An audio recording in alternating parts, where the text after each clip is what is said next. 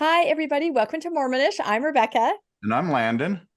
and we have a wonderful guest on with us this morning. We have the amazing Dr. Laura Robinson. How are you this morning, Laura? Good morning. I'm good. We are so excited to have you on. It's kind of a funny story, how we even ended up at this point, isn't it? Yeah. So, Landon, tell us what happened at 4 o'clock in the morning a couple days ago. Well, with all the weird stuff that goes on in Mormondom, I couldn't sleep. And Of so course. I woke up and I was reading through some articles. I was just looking for some information on this Tim Ballard, and I ran into this great article and started reading it at 4 in the morning. And I immediately text Rebecca and said, "Oh, we've got to get this person on the show. She just really got a lot of good points here." And so I forwarded that, and amazingly, Rebecca within 24 hours had her tracked down and scheduled for the Good show. job. Yeah, it was funny because I was not awake at 4 in the morning. I had just gone to sleep, but I woke up like at 6, and I'm like, oh my gosh, this looks amazing. And so I did. I started reading, and this is very funny. I'll tell you this, Laura. Just yesterday, a couple of friends of mine in the post-Mormon, digging into information sphere, they go, we found this person who's talking about this. She's amazing. Her name is Laura Robinson. And I said, having her on tomorrow morning. And they sent me an emoji of just their head exploding. They couldn't believe it. So yeah, I think a lot of people are kind of discovering your articles and really interested. So let me quickly read your bio. Is just so cute. I just love it. So as I said, Dr. Laura Robinson with a PhD from Duke in New Testament. You can follow her if you're interested in the New Testament, theology, crochet. I love that. Pop culture. And my very favorite one, Landon, you're going to know why I love this: excessive cat documentation. My husband and I have 2 cats. They are the light of our lives. We take a lot of photos of them. So. Well, you may not know this, but the producer of Mormonish is my cat named Todd. So he's highly involved. Lovely. He chooses most of our guests and our content. So now everyone's going to tune out. We're crazy. That's right. No, I understand that. So anyway, we've had a lovely conversation with Laura the other day to kind of plan this. And like Landon said, just, a series of articles and just really interesting information from a different perspective. We're all like really locked into this, Mormons talking about Mormonism and talking about O.U.R. and Tim Ballard. But, this is a much broader, situation and issues. So this is going to be a really fresh perspective. And so we'll just let Laura kind of explain how did you even get interested in this? Well, it's been a whirlwind.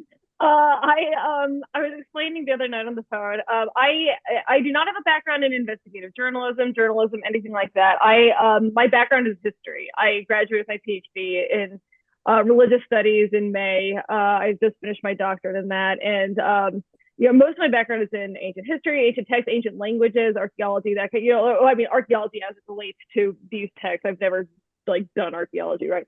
But mostly ancient history, right? So if anyone's interested in the Bible or New Testament, we do have the New Testament Review as the podcast I co-host with my friend and fellow Duke grad Ian Mills.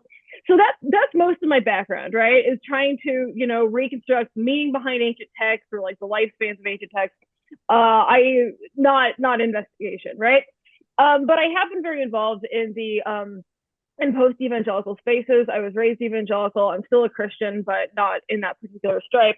And I've been very involved in, a lot of the ways in which media creates evangelical culture, the way in which it creates gendered expectations of evangelical culture. That's been a subject I've been really interested in writing about. I've got a webinar coming up on that. But anyways, I'm trying to keep this relatively streamlined. My brain is an exploding star at all times. But so anyways, I heard about this movie towards the end of June and then eventually July, and I just kept hearing people talk about it. And I had been reading the work of people like Michael Hobbs already, not out of interest in this particular thing, but just because I like his writing about sex trafficking and the way in which trafficking panics have been very conducive to, on one hand, creating these extremist QAnon movements, but also in a lot of ways in just unhelpfully expanding the power of the deep state and justifying justifying increased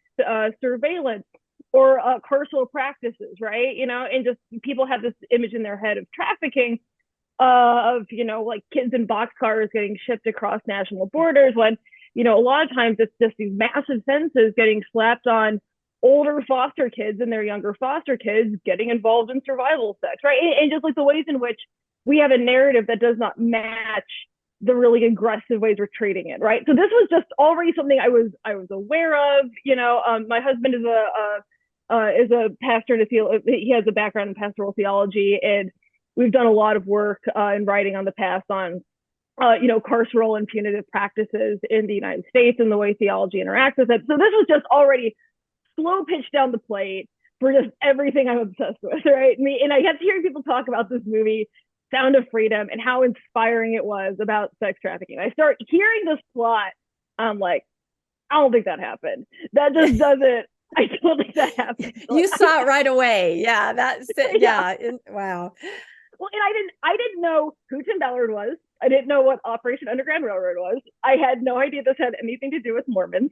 I did not know anything about this. I was a total I was gonna say Operation Underground Railroad version, but with now that feels like really loaded language.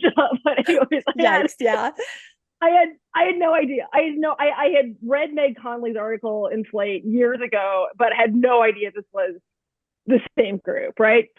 So I started reading, so I figured that this would be this very easy blog piece of, here's the story that made it to theaters. I'm going to compare it to what actually happened. And then I'm going to tell this story as a way of like, how do Americans want to sanitize and saw off the rough edges and not think about complicity in systems of power or finance when we talk about trafficking? Like, how do we doctor these stories to make them friendly for an American audience? That was what I thought the pitch was going to be. 90 hours later, I realized I had no idea what I was getting into when I started this, because what I saw is that Angel Studios and Operation Underground Railroad would have these blogs where they'd say, what the true story behind this is. And then that started to get me to the story of guarding Marty, right? Of what actually happened there, right? And then, again, I started reading Operation Underground Railroad's narrative of what happened. And once again, I'm reading this like, I don't think that happened, right? And then, and then you start every time you start pulling something a little bit back.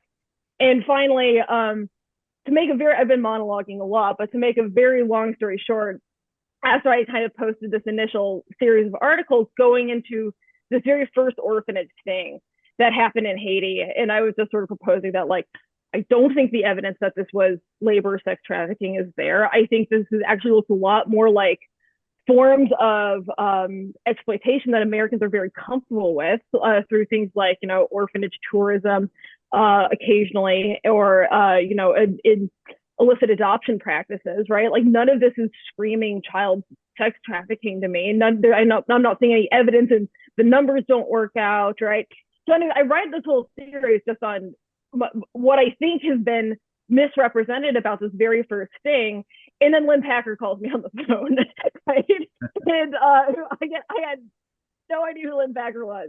I had written these articles while I was starting this new one. I had been trying to get some stories on information about who Earl Buchanan was, because of his association with the dog tag story that's in the movie. And I saw that Lynn Packer had some information about it. I was sort of pulling some early stuff. And anyways, to make a very long story short, that was Lynn Packer. He actually didn't call me. He emailed my husband, because my husband has a rarer last name than me, and my husband just yelled upstairs one day. It's like, do you know who Lynn Packer is? He's trying to get hold of you. I was like, I think you know who that is. What a funny story. So anyways, make a very long story short, we talk on the phone, and then I'm even further down the rabbit hole because now I have everything he's got, right? I start looking at all of his work, and just anyways, the rest is history. And we've been I've since gotten to know the little network of people who work on this. There's not very many journalists who've been, and I'm not even a journalist, right? But there's not a whole lot of journalists who've been working on this really hard. But I've kind of since gotten to know everyone in it, what everyone specializes in, and kind of started handing stuff back and forth, and that's where that ended up. So. Wow. And And then oh, go ahead, the Landon. way we found you was the article that you'd written was called "Don't Give Your Money to Operation Underground Railroad." Yeah. So you were on this between when The Sound of Freedom came out and when this big story broke. So you had no idea what you were stepping into when you were just trying to say, I don't think this is a place you should give your money, and all of a sudden it's exploded into this huge story that you're now part of. Yeah, no, exactly. I knew these allegations were out there from talking to people behind the scenes. And then, when I first wrote this article about the movie, I wasn't even really specifically going after OUR. It was more just about the way in which Americans take on these global South narratives. But then, of course, by the time I talked to Lynn Packer, I was like, I am prepared to make some much more bold statements about this organization. And, in that article, the "Don't Give OUR Your Money," that was at the time at which Lynn Packer had fully joined the party. I joined his party more. He'd had this party going for a long time, and then I came late. But on my end as a writer, this for me, it was trying to my goal with that article was to try to bring Lynn Packer's work to the evangelical audience I was seeing identify with this movie, because I was thinking that, like, I don't think anybody in my camp from my background knows who Lynn Packer is. But then you start talking to Mormons about Lynn Packer, and they're like, oh my God, Lynn Packer. Lynn Packer. Yeah, American religious siloing is. Yeah, that's a good point, because you're writing to an evangelical audience, which we know that this didn't play to just Mormons, but very much to the Christian right. Really got jumped on board with this and really started giving money, donations, backing this organization, which we now know that Tim was actually using. Part of his plan was to bring people to Mormonism. Exactly. Yeah. And a lot of the early crowdfunding for Sound of Freedom was done at these QAnon rallies, which is hand holding with the evangelical movement in a lot of ways, right? So yeah, that was. And of course, Angel Studios is its origin. This is not the same as OUR, but the studio that put out Sound of Freedom, that studio's roots are Mormon, but they have also put out this show, The Chosen, which is a mega hit in evangelical spaces. So there is a lot of Mormon evangelical crossbreeding between these systems. So. Yeah, I think you're right. Well, I think our idea today, just because we were so impressed with, and this is like a 3-part article, is that correct? Yeah. I think. Yeah. Go ahead. So the "Don't Give OUR Your Money" series is 2 parts. The breakdown of the orphanage thing and all the component parts, that was actually a 5-parter before it. It's called, and it runs through a few different titles. Like the first one's called "The Horrible True Story Behind Sound of Freedom Is Probably Our Fault." That's 2 parts. And then Cabal Goggles is 2 parts. And then the last part is the what we talk about when we talk about trafficking. So it's written a lot on this. Yeah, no, there's a lot. Everybody just Google Laura, and I'm not kidding. You will be amazed at these insightful, wonderful articles. So today we kind of made some slides, as we often do, right, Landon? Yep. Just kind of so that Laura can kind of take us through, like she said, just some insights and sort of some claims that she wants to address with OUR. Yeah. And I mean, I've seen everything discussed out there in the different spheres, but I thought this was a very consolidated, concise way to kind of go through it, which is why I think we were so attracted to this article and the information. Yeah. So we're basically just going to have Laura kind of take us through her thoughts in her article. And she basically has five claims that we're going to go through. There's 6. Are there 6? Is there 5 or 6? There were 6 between 2, but I don't know if you guys picked all 6. I'm actually going to pull up my version of this article so I can use it as notes while I talk. But yeah, no, so these are all claims that are sort of like either made on behalf of OUR or things that have been that OUR has its operatives have said, right? So the first one I wanted to look at is OUR was started because a nonprofit could do more to effectively combat human trafficking than government agents could, right? And the stories that have historically been told to bolster this narrative are the stories of the apprehension and arrest of Earl Buchanan and the kidnapping of Gardy Marty, right? So the first story, some of this might be old news to your audience. I don't want to reinvent a lot of wheels here, but one of the stories that is commonly told as an origin story of OUR is the story of Tim Ballard being present at the arrest of a child trafficker who had been trafficking a 5-year-old boy and his sister, and was arrested at the border, right? So here's the thing about that is we know who this person was. His name is Earl Buchanan, and this story is liberally adapted in the movie for the kid who gives the dog tag to Tim, which is a real story is a story he actually tells, is loosely inspired by one of Earl Buchanan's victims, right? So the version of the story that is part of OUR lore and eventually makes its way into this film is that Tim Ballard had been part of this group of people who had stopped a trafficker at the border, and this 5-year-old boy jumps out and runs up to them and leaps into his arms and wants to be saved. And this kid chillingly speaks perfect English because he was kidnapped as an infant by a trafficker. And Tim Ballard takes him out a few different times to restaurants. This has been Robert Gerke's done a series of articles about this over the last few weeks in the Salt Lake Tribune. And he gets taken to the safe house where Ballard takes him out and starts asking questions, and this kid eventually gives him this dog tag that's which for a while you could buy a replica of it at the OUR merch store that says man of God, symbolizes his mission, is part of his call to go get his sister, right? So again, the first time I'm hearing this story in its full form, after Sound of Freedom makes me go look up the story behind the story, the first time I'm hearing the story in its full form, you can already hear he was taken as an infant but wanted him to go get his sister. How do you know he had a sister? When did that doesn't make any sense, right? So I think, of course, you start digging into it. And Ballard was not at the original stop, of course. The idea that the safe house would just let a HSI employee just leave with an abused child repeatedly is, if that did happen, that place needs to be closed immediately. And most importantly, Earl Buchanan was not a child trafficker. He was a child abuser. But he did not kidnap kids and smuggle them in from one country to another. Earl Buchanan's victims spoke English because they were raised in the United States. They were ethnically Hispanic, but they were raised in the United States, and Earl Buchanan had access to them because he knew their parents, right? This is the way child abuse usually goes.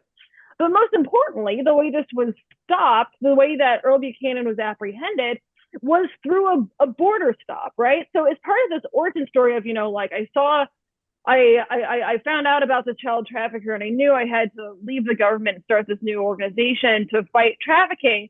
Well, that's a really weird lesson to take away from government agents doing basically exactly what they're supposed to be doing, right? They saw effectively, it worked. Exactly. They saw something suspicious at the border, which was a man with a child with no identification. They got more information on where this kid came from and the fact that he had his grandmother had given him permission to be with this person, but quickly recovered evidence that he had been abused, and were able to separate the child and go investigate Earl Buchanan and arrest him, and he's serving federal time for that, right? So basically, aside from, I'm not trying to,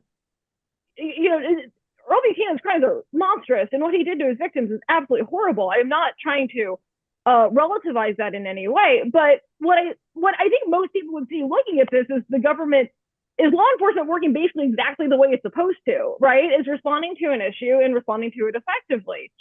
So it doesn't really make sense as an origin story. Then the second part of this is the story of Gardy Marty, which happened many years later, that Earl Buchanan was 2006, OUR started in 2013.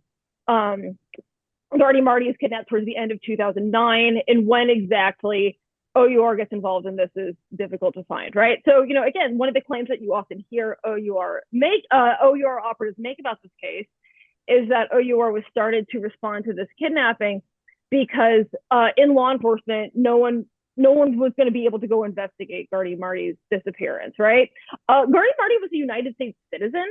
He was 3 years old. He was born in the United States, and the FBI actually was on the ground.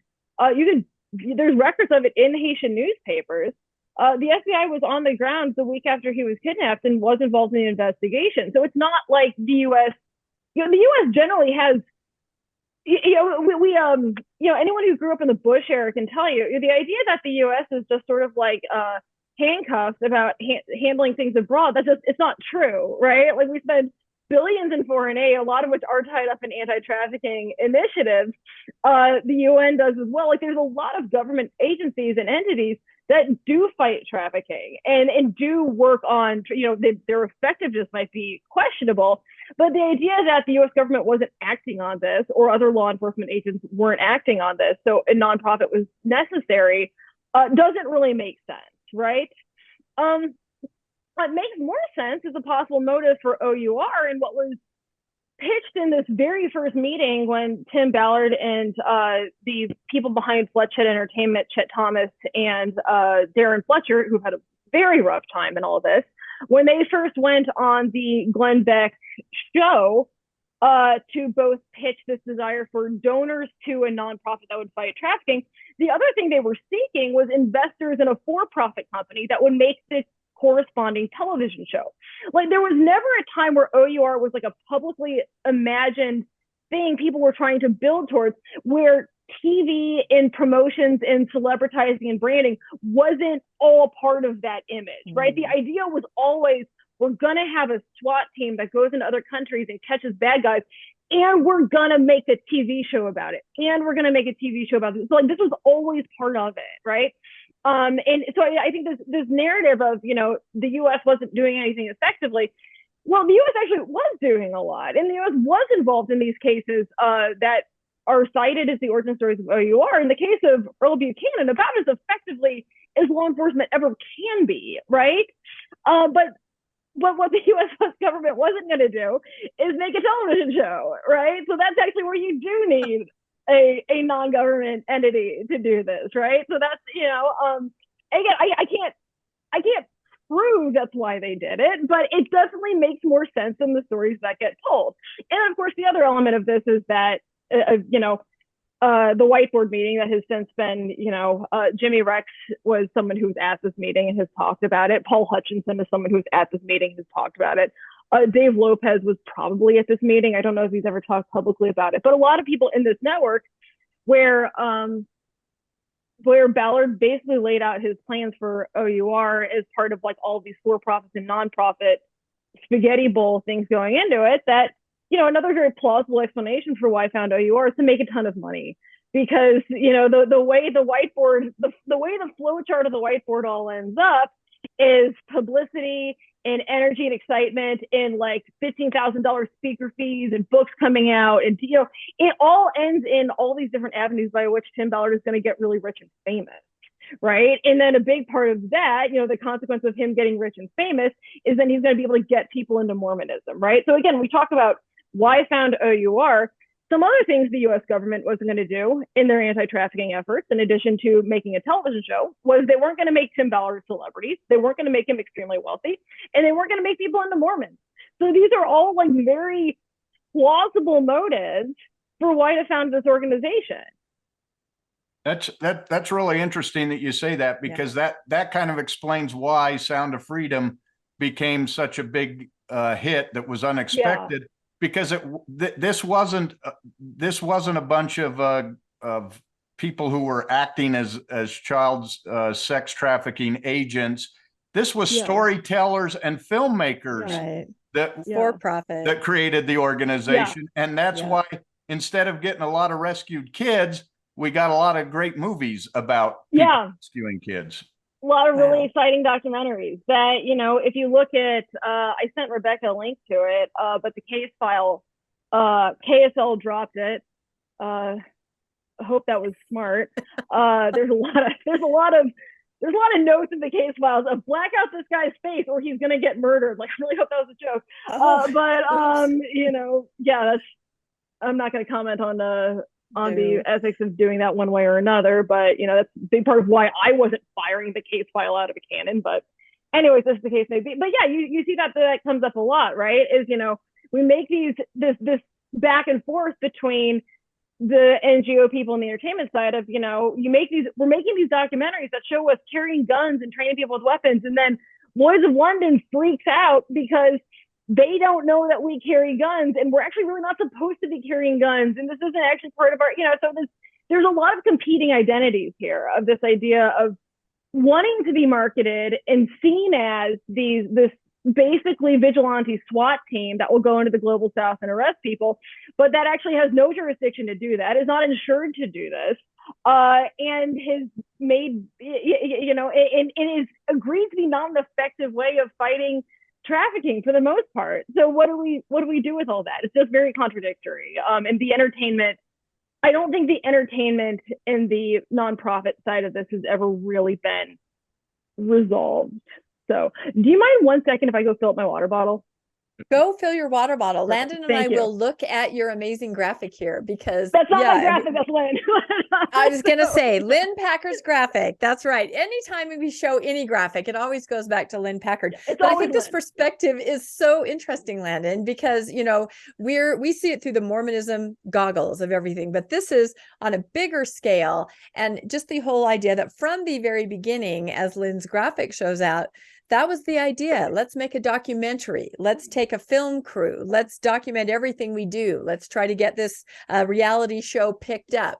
Then it's not picked up. Then let's make a movie. It's The Abolitionist, and then there's publicity throughout with these overarching concepts of money, converts to Mormonism. It's just so interesting to see it now in hindsight. Of course, in hindsight, you can see things more clearly. But yeah, we're like, how did we not notice? How do we not see this? So yeah, well, you look at these, you look at this graphic here, and what you see is entertainment. You see Glenn Beck. Yeah. You see Fletcher Entertainment. Good point. You've got Tim Ballard, who is writing and producing books. These are entertainers. This is an organization meant for entertainment, not meant for catching sex traffickers. And I just this theory that somebody that is not trained in law enforcement can go into another country and rescue kids without endangering anybody, and that they can do it better than trained law enforcement officials. That just is ridiculous. Well, and that's so, Tim Ballard himself does have a law enforcement background. He worked for the Department of Homeland Security, and John Lyons did too, who was involved for a while, and then Dave Lopez was a Navy SEAL. So like you do, but a lot of the, especially in the early ops, a lot of them don't, right? Like Meg Conley had never been out of the country before she went on her first raid, right? And Paul Hutchinson was basically just a guy with a ton of money. And, Jimmy Rex was in real estate at the time. Andy McCubbins, people like Ed Smart going out, Elizabeth Smart's father, who, isn't trained in law enforcement. And you had Attorney General Sean Reyes, the Utah State Attorney General. Now, granted, he's in law enforcement, but not, as a lawyer, not as a trained agent. So you've got these big name people that are there. They're there for the entertainment value. They bring a notable name in that brings the entertainment. They don't bring knowledge that is going to catch sex traffickers. No, sorry, the cats are arguing. They're my cat's doing the same thing. Well, and then you have Ed Smart, though, who I would say pretty instantly went, oh no, could recognize that this is not how you typically would do it, and then creates a great deal of distance. So stories like that, people that know and instantly recognize, those are very interesting to me. Yeah, well, and for all the operatives we've tried to get in touch with, when you start figure out who they are, I would say the number one job of operatives I found so far is basically this entrepreneur, right? They're people who have started businesses or they work in their parents' business. But on the whole, it seems like the thing that they mostly have in common is money. Not, some of the people who have spoken anonymously to other news agencies to talk about the training, a lot of them have maintained that at the training, that people who did have law enforcement backgrounds were pushed out fairly quickly, that they were not allowed to continue in the process. It actually seems like in a lot of ways, some of the allegations and early hints have been that they were actually really selecting against law enforcement agents, right? Because presumably a law enforcement agent would roll up and, say, I don't know why we're doing it this way. I don't know why we're going here. I don't.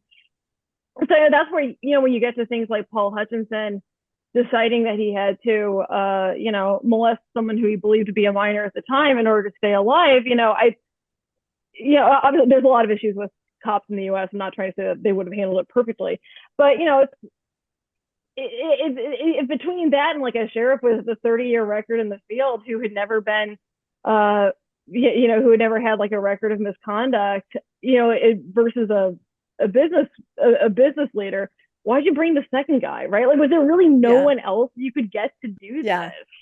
So, especially with all your money and funding, you literally could hire the top experts and crack team. And that makes sense because someone who really knew what they were doing, that's not good for the camera, right? Because you're doing it subtly behind the scenes. No, we need to burst in. We need this footage.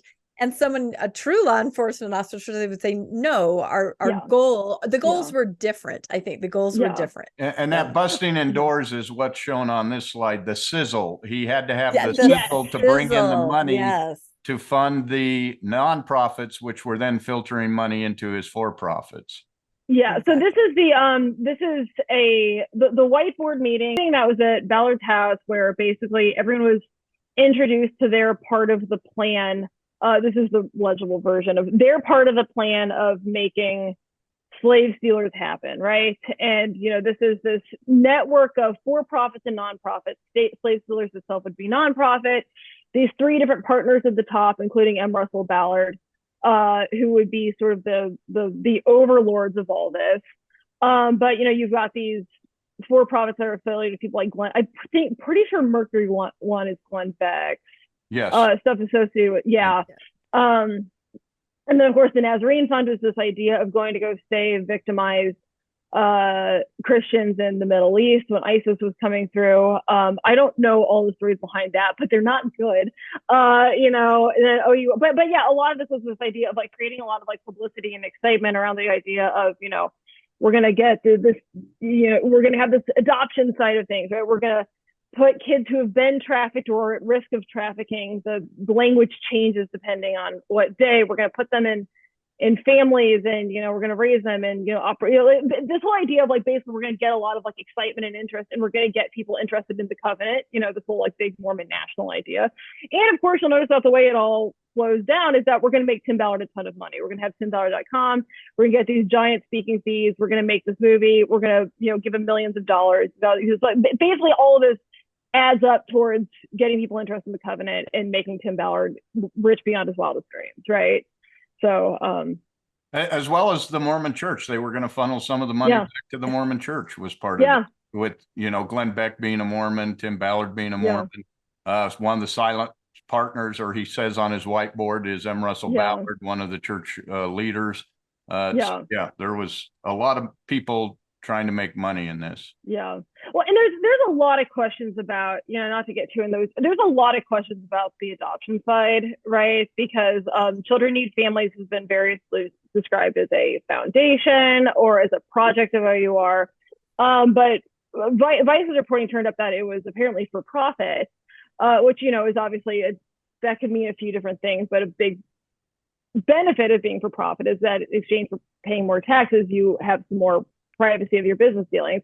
But the whole idea was that they were going to pay, they were going to give money to people who were trying to adopt in these like high trafficking risk areas to make the adoptions go faster, right? So like I hear that, and if you've read anything about international adoption, it's like who are they giving the money to? Like what money makes the adoption go faster? What does that go? And how do you decide who gets the grants and who doesn't, right? Because sometimes they'll say these things about, we screen people to make sure that they're going to be good adoptive parents, but then you get these blog stories that are publicizing it that's like, we didn't even bother with the interview. We just showed up and gave them the money, right? And it was like, what is all of it? Like how do you? It just seems Yeah. like there's a lot of potential for a lot of really funny money happening. Oh, and then of course you donate to Children Need Families by giving it to OUR. So OUR is a nonprofit, and then Children Need Families is a for-profit. So at some point this is all starting to look a little shell company-ish, right? So how does that happen? Well, Mormons no are one known does for shell shell companies. companies like LDS Church Yeah. and Mormons. Yeah, they're known for that. So no, I feel the adoption angle is big too, and I think there'll be more on that. Yeah. I think once kind of the Tim Ballard dies down a little, that they'll really focus Yeah, on that because there's a there's lot going on there. got a lot of questions about that. Yeah, So, but it's anyways, true. okay. So claim number 2: OUR has never found Gardy, but every effort it makes looking for him rescues more kids. Who is I Gardy? hear this. Gardy is a 3-year-old boy who was kidnapped from his church parking lot in Fonmara, Haiti, in December, towards the end of December 6, 2009. His father, Gesno Marty, was a bishop in Port-au-Prince, and he early papers disagree over whether or not there were 2 people on the bike or 1 people on the bike. Lynn Packer has talked to people who were there at the time. There were apparently, whether or not there were eyewitnesses and who they were has been really disputed. One of Gardy's brothers was apparently there, and it's not clear if his statement was ever taken on board. But anyways, attention fixates, especially once the FBI gets involved, on a man named Carlos Bristol, who was a returned Mormon missionary. He was quite young. He was arrested for this and questioned. It's not clear when or how he gets out of jail. He was questioned under torture. He was tortured by, it seems, the Haitian police, according to a slave stealers podcast, but did not confess to the crime, did not confess to having it. There's a million stories about Gardy that have been floating around over who did it and why. There's a really weird thing that happens in the abolitionist TV show and movie where a man explains that Gardy was killed by a rival gang after he was kidnapped and thrown into a latrine. And no one ever comments on it. And I don't know why they put that whole story in the documentary. And they're just like, yeah, that was what he said. I don't know. We can't, very little information has ever been made publicly known about who took Gardy, what happened, and why, except that there was a ransom involved. There's a request for a ransom, which fits with what we know about Haiti, being tied to Americans, and especially American money, puts you at really high risk for kidnapping and ransoming in Haiti, because of the ransom issue and the poverty there. So, Mormon bishop having his kid kidnapped makes a lot of sense with what we know socially about crime in Haiti, right? Anyways, OUR gets on the scene and then trail goes cold because 6 weeks after this is the Port-au-Prince earthquake, right? Between 100,000 to 300,000 people die. Police are completely overwhelmed.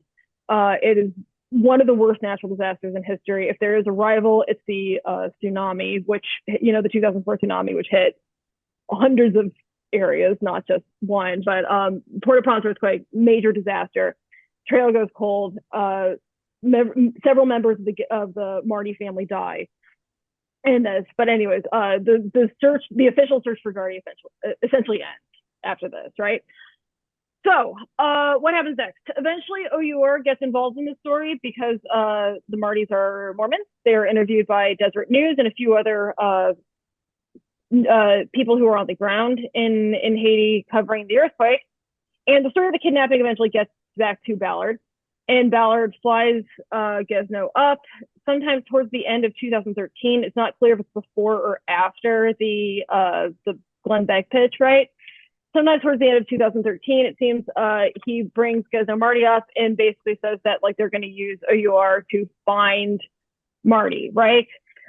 When they get there, they fixate on not Carlos himself, but on Carlos's godmother, Eros Delagrand, who is apparently listed as his emergency contact in his prison intake form, right? Eros, the story here of what OUR has happened and what actually happened is difficult to determine between, right? Eros runs an orphanage that OUR has described as off the books. It actually was registered with the government. Its accreditation seems to be in dispute. Some people said it was it had been it had simply expired, right? Other people said that it absolutely was up to date. Some people said it was licensed to, I mean, this is, you have to remember, this is all in the context of a government that is incredibly corrupt and mostly failing, right? So, there's a lot of language in the papers about, Eros is immediately suspicious because she ran this fake orphanage, right? No, Eros' orphanage partnered with a number of major nonprofits, both secular and religious. There was a constant stream of American, Netherlands, Canadian, French missionaries and visitors who would come through and assist and help. It was extensively photographed. People were taking photos of this place all the time. And there were, like I said, there were NGO people in there all the time. It was registered with the World Food Bank. There's like, if this is a fake orphanage, what is a real orphanage, right? It seems like, but anyways, interest fixates on this because she's Carlos's godmother, right? It seems like what happens is that OUR decides that Eros has had Gardy after the kidnapping, and because she was, eventually they catch her on film, agreeing to what OUR describes as trafficking children, that she's selling kids out the door as fast as you can get them. This does not fit with any of the publicly available data. It seems like what's much more likely happening is that Eros is arranging adoptions with connections in the passport department, is what it actually seems is happening. You might say, oh, that's corrupt. The most legitimate adoptions in Haiti usually, if you're not bribing the passport guy, you're bribing IBESR. You're bribing, this is not America. It's you have paying bribes to get the government to work for you is part of how people live in Haiti, right? I'm not saying this is great and there's no vulnerability of abuse here, but what this doesn't make you is a sex trafficker, right?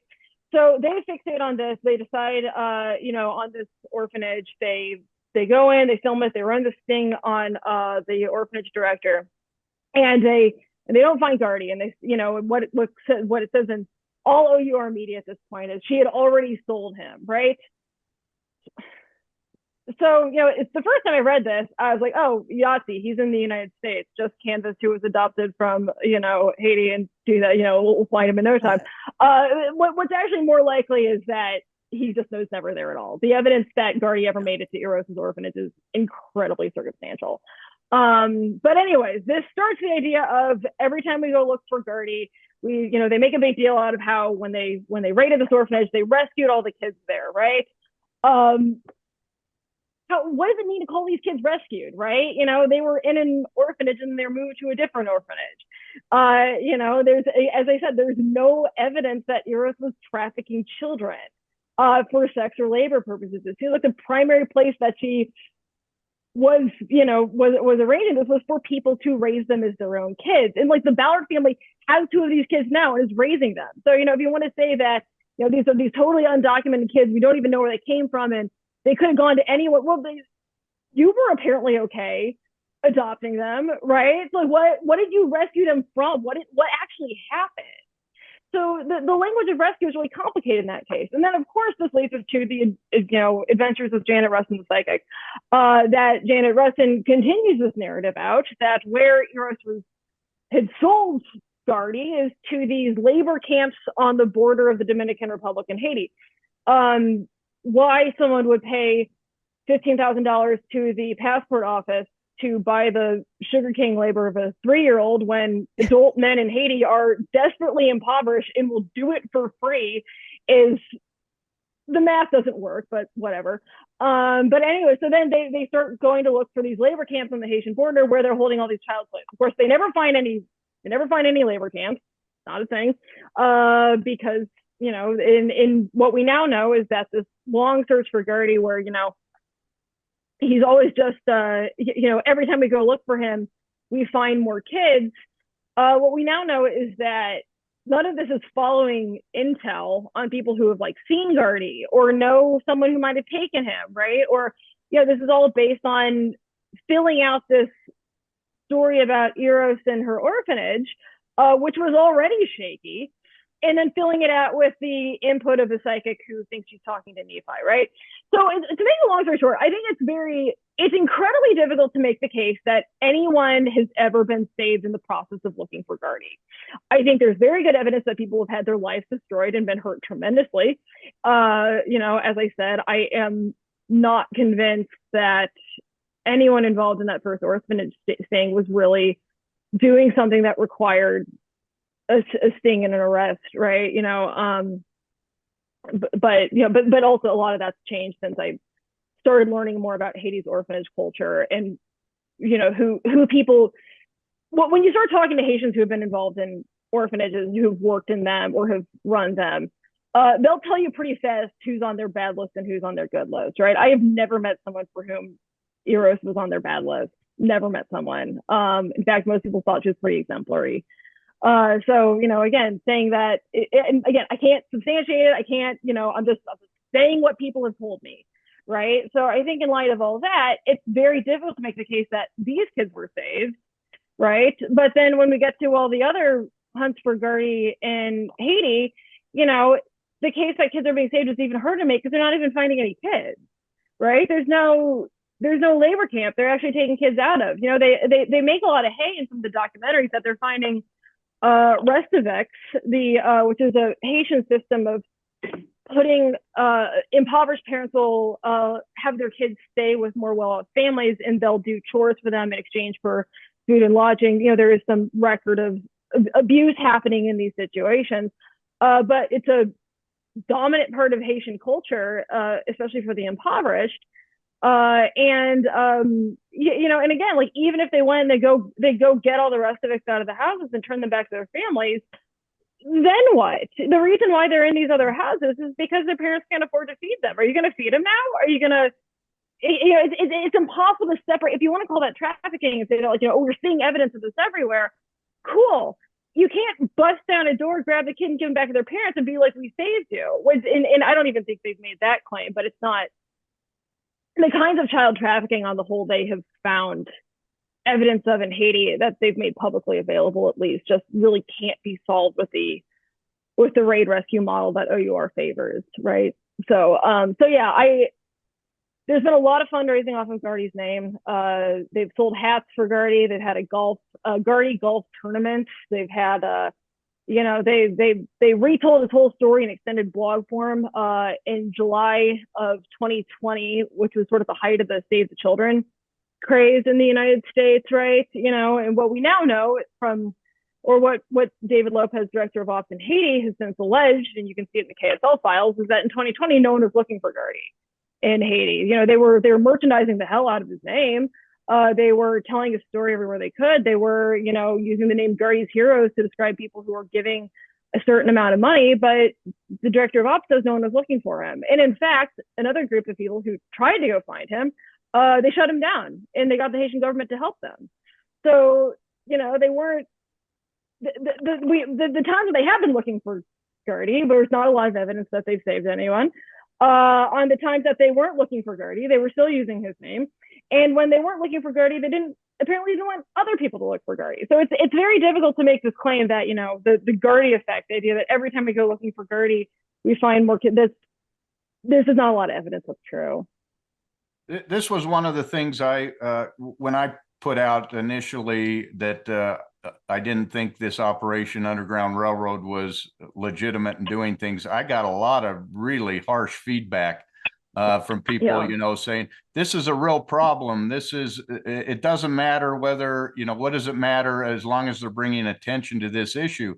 But we see that's dangerous thinking, because you're actually destroying lives of these Haitian people.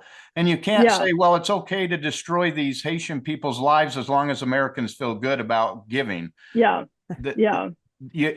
to look at the results, and you have to look at the methods and say, is this a proper organization?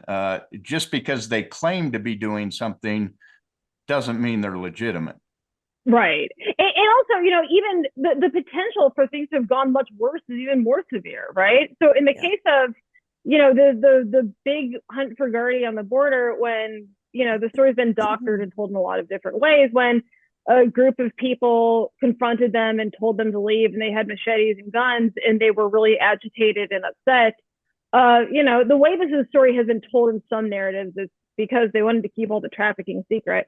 The thing that's explained in the documentary is that they think that they're a group of Americans scouting for natural resources because of all the cameras, right? And in Haiti, Americans going to go scout and steal natural resources has been a long-time problem of impoverishing this country. They create, you can read about gold mines on the Haiti DR national border that create massive environmental catastrophes. That these companies that go down to go mine, they reroute rivers, they pollute massive amounts of soil, they make farming impossible.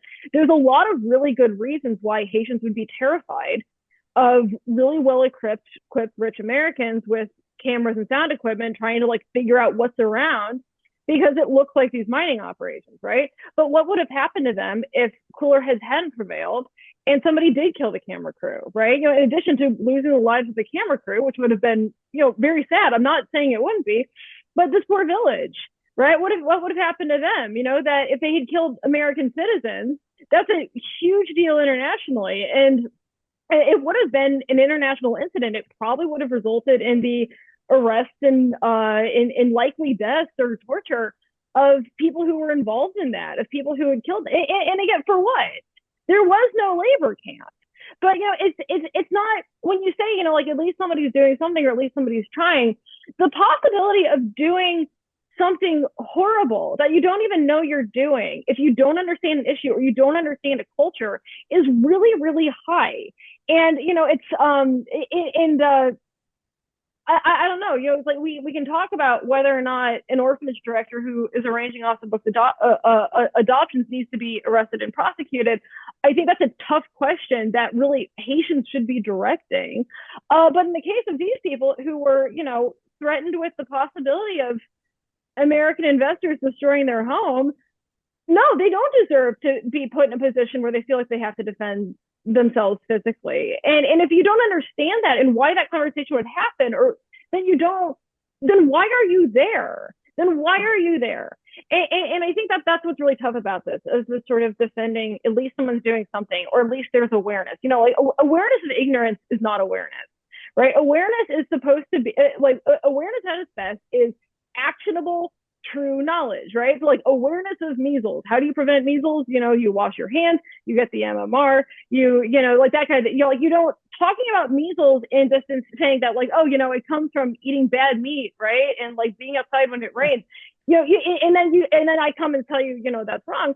And then you say, at least I'm spreading awareness. No, you're not. No, you're not. You're not spreading anything, right? You're spreading misinformation. And a lot of this conversation about sex trafficking and what people say they're doing to solve it, it's really hard to make the defense that they are actually spreading awareness of actionable information, or they actually are doing something that is better for them to do it than to not do it, right? It's hard to make that case in a lot of instances.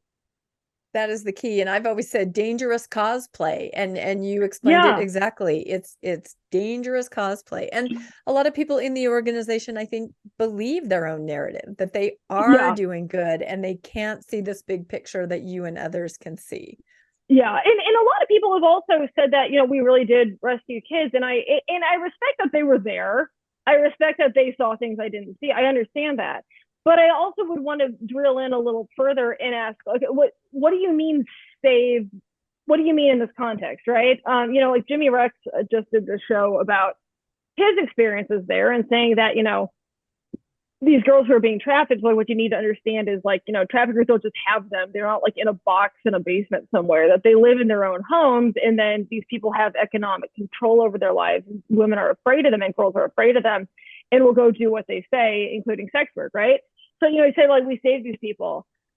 But then what happened, right? You arrested their pimp, but, was he the only pimp in town? Is there no one else who's going to fill that vacuum? How are they going to make money now? Presumably the pimp was the one who was paying for this. And, you hear the theme of aftercare is a huge one in the documents that KSL just dropped, right? Of, trying Operation Underground Road, very deliberately trying to keep the language of aftercare very vague, because they didn't really have a way to means test or evaluate the services they said that they were partnering with organizations to offer in the global south. They didn't really know if it was effective or not, or that they just straight up weren't offering, right? And just like all the limitations that have come with that. And, there's a point in the abolitionist TV series, I've mentioned it a few times in my blog, where the group is on a raid, and I think this one's in Cartagena, and they see a girl who one of their operatives rescued last year.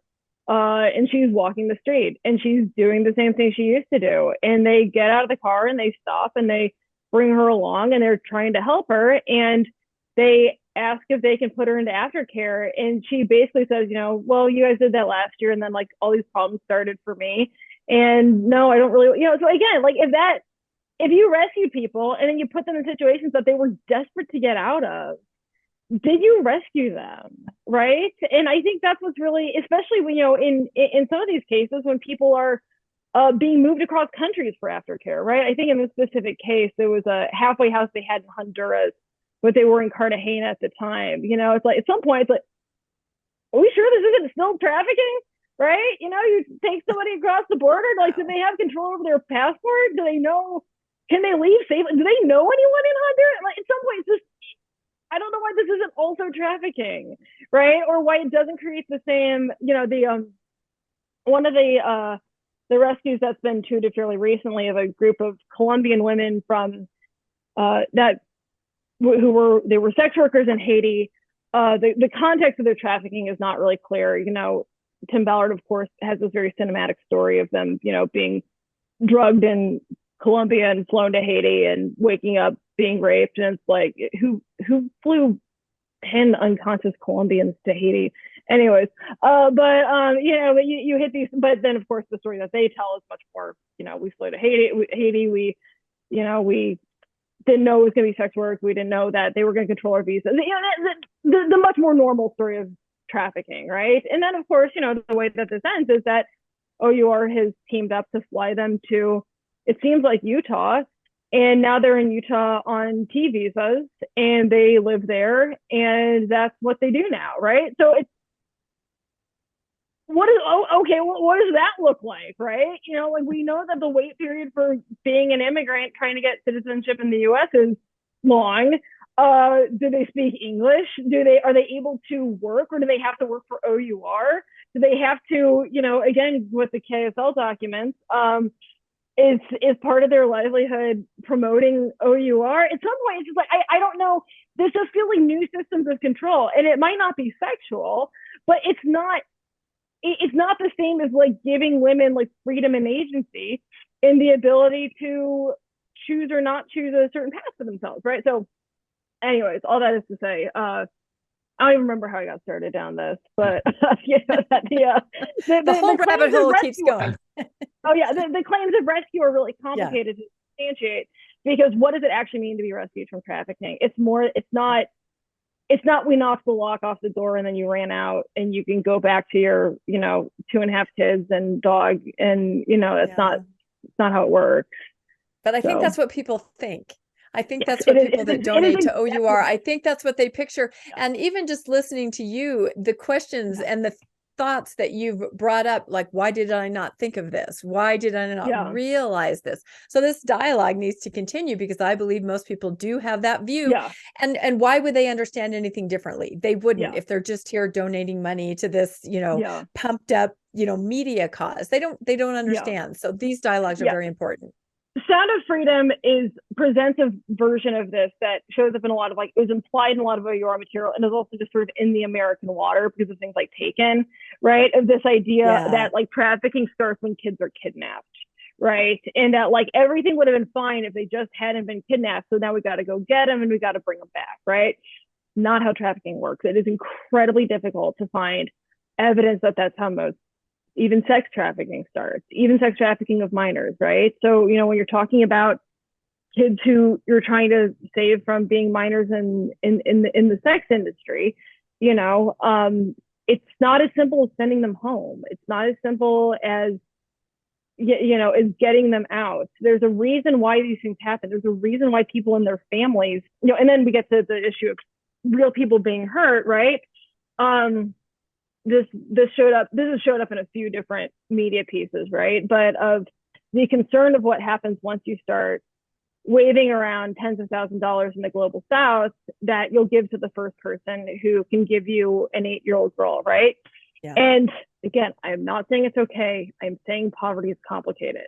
If you go to an area where people can't afford school and they can't afford food and they can't afford medicine, and you tell them that for the low price of hundreds of years, I mean, not hundreds of, basically for you, it would be hundreds of thousands of dollars, like stuff that would keep your family safe and secure and alive and surviving for maybe a decade or, for years, maybe.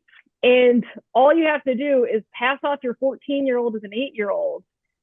Someone's going to do it, right? I'm not saying it's okay. I'm saying that, if you go into a culture where they might not share understandings of childhood in the same way, right? Because maybe their daughters have been raising the kids for a long time and weren't going to school, or maybe they, there's not quite the shared narratives around this. And all you have to do is persuade somebody that you're selling them a child. Somebody's going to take that deal. And I'm not saying that's an okay choice, but I am saying that I don't think those people deserve to be thrown into hellholes where they may or may not ever see a judge or a lawyer, because they weren't ever going to do this if you didn't flash the money, if you didn't tell them that you were going to help them, if all they did was this. And I think that's a lot of times very complicated. Yeah, and that's what Jimmy Rex said he saw this. Some people who have gone off the record for Vice have seen stuff like this, right? And where somebody comes along and says, oh, I can totally traffic you, and you dig a little further into this, and it's clear they're brother and sister, and they're trying to get some money together. Right? And that's because you've created some really complicated incentives. And even if you're going to say oh, we don't create a demand for child sex trafficking, you have created a context where now someone can go to prison for a really long time because of something you did. So, yeah. But anyways, number 3, the more donations OUR gets, the more operations it can stage and the more kids it can save. OUR's claims about operations are really complicated. It seems that they make claims that they've done a lot of operations. They have resisted the narrative that's been put forth in the Vice and the KSL reporting that they haven't actually really been doing ops in a long time, and that they just fund ops and claim the numbers. It's hard, the ethics of that and the optics of that are complicated. But what is true is that for a significant chunk of OUR's history, they were running at an insane surplus, right? They were running at a really high surplus. And one thing that shows up in the KSL reporting is that for a good long stretch, for every dollar that was given to OSL, 33% of that was going to, 33 cents were going to investment, right? And then of that number, 80% of that would go to operations, right? So even when you say that they were running at this insane surplus and that they were taking in more money than they were spending, a lot of the money they were spending was still just going right back into investments, right? It was going into building this pocket of money, right? And then of course, whether or not it was being funneled into for-profits is complicated. But what's really difficult to find good evidence of is that OUR was expanding its operations really effectively in light of getting money and running really efficiently so that it could save a lot more kids. And, the numbers game of how many kids OUR has saved and how they're counting has been incredibly complicated, right? And people have made allegations that, kids have been claimed as saved who had nothing to do with OUR. But, that's a really complicated landscape. But what you do see in the money is that all the places that this is going, it seems that once OUR actually did start increasing its expenses a lot in light of its incredible surplus, it seems like one place that money went really quickly was massively increasing executive pay. One way in which Tim Ballard has defended that was that he needed a lot of security around his house now because he was a marked man because of all this. Lynn Packer actually just drove to his house and pointed out that you can actually just walk right up to the door and ring the doorbell. Did he do that? Did he actually just do that? Oh my gosh. He's just, instead of doing research, you just literally drive right up and walk right up. That is I can't remember which one of his reports it is, but, it's basically just found him in the white pages, went to his house, and just sort of noticed, there's not actually a giant wall. There's not a gate. There's not armed guards. You can actually just walk up to this massive house like any other house. And so, and then also the other reason why I'm dubious of that is, we need, I'm a marked man. I need to make $500,000 a year to afford all my security. It's like, oh, are the traffickers after your CFO too? It's like, I don't believe you. I don't believe that, so, but those also expand a lot, right? So there's the real estate holdings. The money side is complicated. It does not actually seem like it's true that there's this perfect inverse of O.U.R. going on these raids. It seems like a lot more what they're doing is that they're funding they're funding police departments in the United States. How they're counting those numbers is weird, right? That if there's been some concern that the way they're counting these numbers is if they buy a USB sniffing dog for a department, and then that dog is used in a case where a kid is found to be sexually abused, like, oh, we saved that kid from trafficking. It's like, well, he wasn't being trafficked and you weren't there, and the dog may or may not have been involved in actually solving this case, right? So it's, how you count those numbers is really, there's a lot of questions about it. I can't prove that they're doing this, but it shows up a lot in the KSL files, right? And the stuff that we can see is that a lot of people are making a lot of money. And so basically you're saying that by pumping money into other organizations that are set up to already do this, then they just appropriate those numbers and just say, when that organization rescues 20 kids, OUR says, look, we rescued 20 kids. That is so interesting, because I kept wondering, I listened to his wife's interview, and she kept saying thousands, and so many people keep repeating that number. Is it just, are they pulling it out of the air, or do they actually put out reports that give these numbers so that people believe it? And that makes sense if they're appropriating other people's actions. If you look at the KSL files, this is all over the allegations that past employees have made, is that they are that they're putting money into police departments at home and abroad, and then apparently it has been alleged by employees who would know better than us that they are using those numbers to post their stats, right? And if you look at the last 990 O.U.R. put out, most of its grants are going to these. I've got it right here, that these software things that are designed to help police departments get around phone security settings without a warrant. So if you like the security state and the police state, that's all for you. And then a lot of it's also going into adoptions, right? Paying for a lot of adoption expenses, giving big donations to adoption agencies, right? What is that money for? Where's it going? Did donors know it was going to be going to adoption? These are a lot of questions, right? We don't quite know a lot of that. But I do think, there's one of the KSL files, they talk in a gala about thinking about not just giving to OUR, but through OUR, that they know how to equip people. And this is a tough claim to make, right? If OUR is taking in all of this money, and then they're giving the money to these other organizations that save kids, but then they post the numbers, it's hard to justify that if 33 cents of every dollar is actually going to investments. And then of that, a lot of it is going to pay these incredibly wealthy men who are also oftentimes, it seems, drawing salaries down from for-profit sides as well. And what the relationship between that and the nonprofit, it's really complicated, right? And it's hard to trace exactly where it's going, but even for the most part, it's just, if you care about international adoption, just give to an organization that works on that, right? Like, why do these guys need their cut? Yeah, no, that's my thought too, is why a middleman like that? Why a middleman where, like you said, your cents on the dollar are not going right to that? And maybe it's because it's very convenient. OUR is in your face. We see it all the time.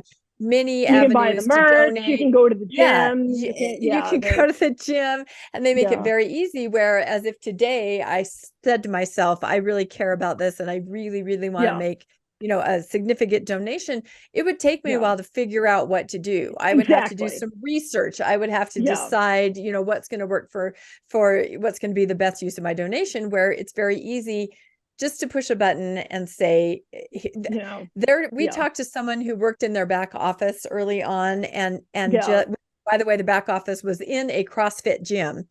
It was a CrossFit gym. The office was in the back, and they were just so mobilized about the money. That's what everybody was doing. contacting donors and checking up on donors whose credit cards had expired, and just, funneling that was the key. And I get it. It's pretty easy to go, oh, OUR, I've heard about them. I saw the movie. I didn't actually see the movie, but I believe the movie had donation information at the end of it. So how easy is that to push that button? Where if I wanted to do something else today, I would have to do a little bit of research on that. Right. And like, there's not they've faced some criticism, but in some countries, they've seen people I've spoken to think they're pretty effective. Like IJM, International Justice Mission, like there's no movie, right?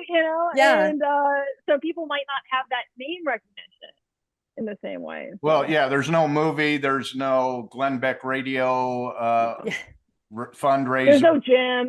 There's no LDS apostles getting large donors to go and make donations to this organization.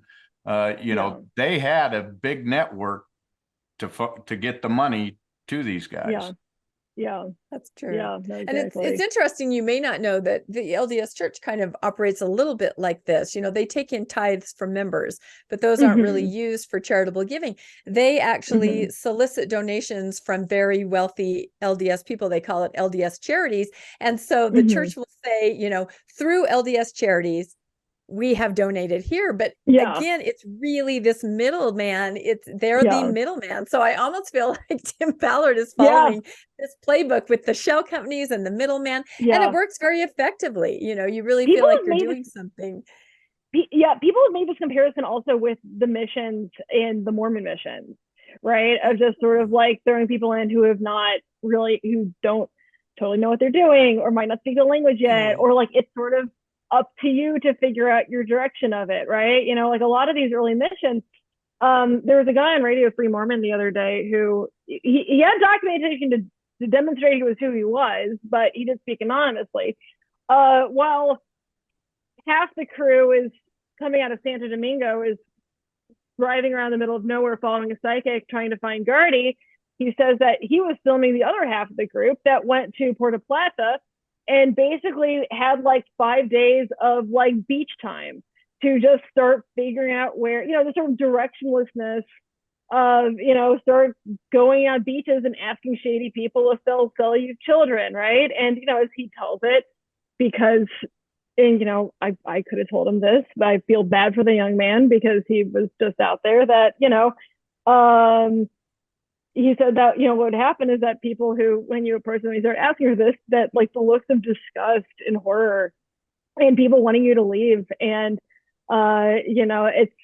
it's understandable, right? But again, it's part of this, like, I think a lot of this is this sort of like white American religious narrative when you have a really strong concept of the in group and the knowing group and the wise group that like, oh yeah, of course you go to these countries where they don't have a religion, they don't have our values.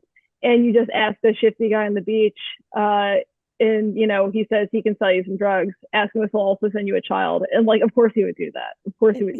Like, no, that's not how it works. Like you can go to a strip club right now and talk to a manager who would put you out on the road if you're lucky alive. If you try to buy a child there, right? Like how many sex workers are mothers? How many people who it's not like that. The world is not divided up between evangelicals and monsters. It's not divided up between Mormons and monsters. And, in this kind of mindset, I think makes it difficult for people to spot it. And poor people love their children too, amazingly enough. Yeah. Exactly. Yeah. And the reason why they're poor isn't because they're terrible people. It's because colonialism and structural issues and patriarchy and, anyways. So, no, and there's an arrogance. There's definitely an arrogance. And that's, I also listened to the Radio Free Mormon interview. It was really good. And I thought, so how are you choosing who looks sketchy? Is it just someone in poverty to you? Is that sketchy? And they look like they would do this horrific thing? Probably because you don't have any experience in the world. And I love that comparison rescue missionaries. I have a Yeah. son on an LDS mission right now, and Do it's you a really? whole Yeah. different world where he is. And some of the things that Yeah. he tells me that he's doing or saying, I think that actually might get you in trouble. I don't know if you're aware Yeah. of the culture where you are or what you're doing. Yeah. Be careful, you know, and you Yeah. just kind of have this, maybe arrogance is the wrong word. Ignorance is maybe the wrong word. You just don't know. I mean, Yeah. if you're raised in a certain hyper, culture, you don't know. Yeah. Yeah. It's hyper confidence. It's the belief that good That's very intentions good. in true religion is enough to get you through life. And it's not. That is bad theology. You know, I mean, the thing that dovetails, I think, really nicely with this is the Brene Brock story. HBO just came out with a documentary on this. I've known the story for a while because I'm kind of obsessed with Americans abroad. It's just sort of one of my prevailing obsessions, about a lady who started a nutrition clinic in Africa. I can't remember what country. It might have been Uganda, but it's no medical training. And to make a very long story short, dozens of kids died. Right. And, you know, it's called Savior Complex. I haven't seen the documentary yet, but Americans should know the story of, you know, why aren't good intentions enough? Why is this not enough? You know, so I think that's just really important. So.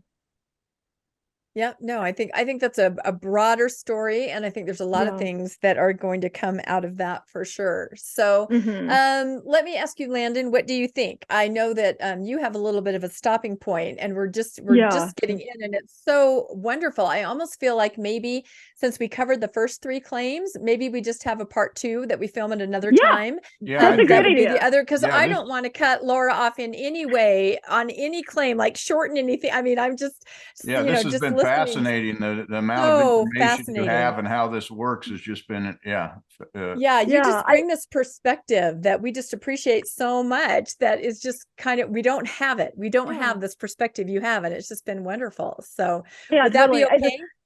Oh my gosh, totally. I want to be, you know, if anyone hasn't looked at Lynn Packer stuff, you really should. Most of what I've gotten about O.U.R. itself, you know, some of this has been independent investigating, you know, and trying to talk to people in Haiti on the ground who knew these players, right, and these people. That's been a big part of what I've been doing. But you know, I think that just, you know, obviously there's structural issues, and there's Mormon issues, and there's Utah government issues that Lynn has unlocked. You should totally look into more of that. But yeah, I think a big goal of mine in all this has been to try to bring the global South perspective. How do we think about this as mission work? How do we think about this as American volunteerism?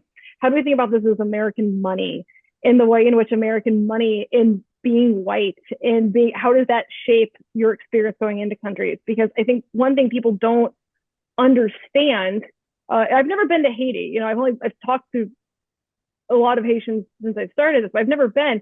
But I think one thing that people don't understand, and that a lot of Haitians have told me, is that it is dangerous for Americans to be there.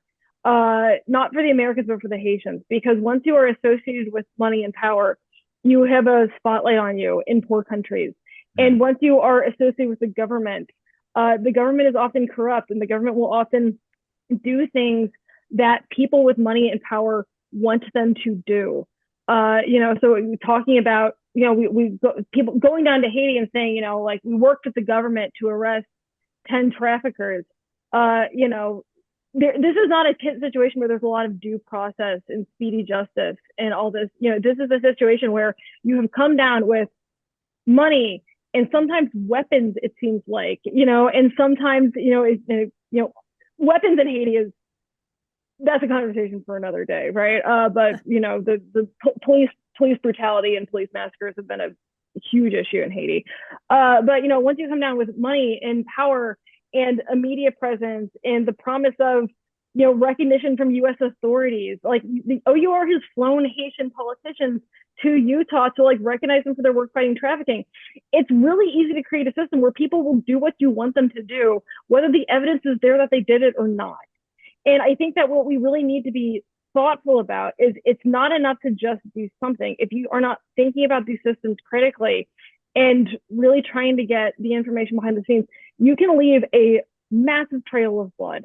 And I think the fact that people don't think about that and root for Americans to get involved without taking that into account, it creates a lot of chaos and a lot of danger.